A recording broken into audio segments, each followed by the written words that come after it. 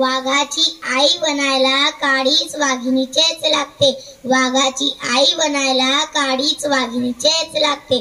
म्हणून तर जिजामाता तुमच्या चरणापुढे मान माझी सदैव झुकते.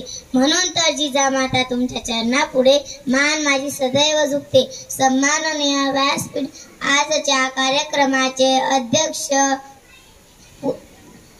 प्रमुख पाहुणे, वंदनीय गुरुवर्य आणि माझ्या वर्ग मित्र आणि मैत्रिणींनो, स्वराज्य जननी राजमाता माँसाहेब जिजाऊ यांच्या कार्याबद्दल माहिती नाही असा एकही माणूस सापडणार नाही, ज्यांनी स्वराज्याचे स्वप्न बघितले आणि फक्त स्वप्नच बघितले नाही तर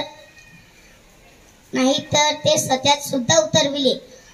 आई ही जगातील सर्वांना महान योद्धा आहे. आई म्हणजे प्रेम, आपुलकी, त्याग, जिद्द, प्रेरणा आणि सामर्थ्य यांचा संगम आणि या सर्व गुणांचा सुंदर संगम म्हणजे स्वराज्य जननी जिजाबाई शहाजीराजे भोसले. लहानपणापासूनच अन्यायाची चीड असणाऱ्या जिजाऊंचा जन्म 12 जानेवारी 1598 रोजी बुलढाणा जिल्ह्यातील सिंदखेड राजा येथे लखुजीराव जाधव व म्हाळसाबाई यांच्या पोटी झाला.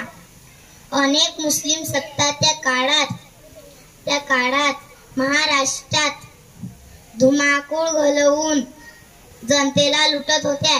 अशा त्याविरुद्ध ब्रशब्द काटाचीही कोणामध्येही हिंमत नव्हती.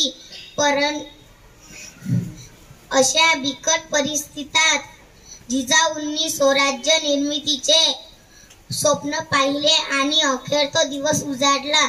19 फेब्रुवारी 1630 रोजी माँसाहेब जिजाऊंच्या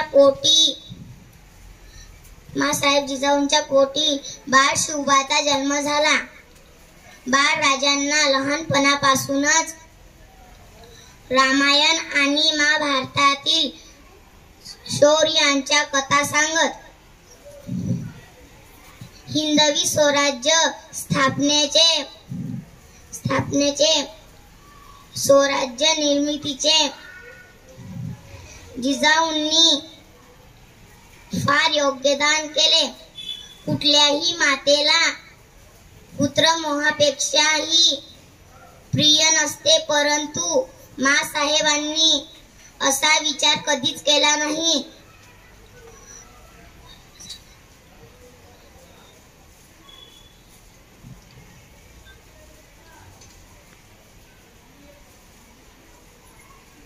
शेवटी मी एवढंच म्हणेन, थोर तुमचे कार्य जिजाऊ, उपकार कधी ना फिटणार. चंद्र सूर्य असेपर्यंत नाव तुमचे नाही फिटणार. चंद्र सूर्य असेपर्यंत नाव तुमचे नाही फिटणार. महाराष्ट्राच्याच नव्हे तर संपूर्ण भारताच्या कलाटणी देणाऱ्या स्वराज्य जननी माँसाहेब जिजाऊंच्या शतशः नमन करून मी माझ्या भाषणाला पूर्णविराम देते. जय जिजाऊ, जय शिवराय.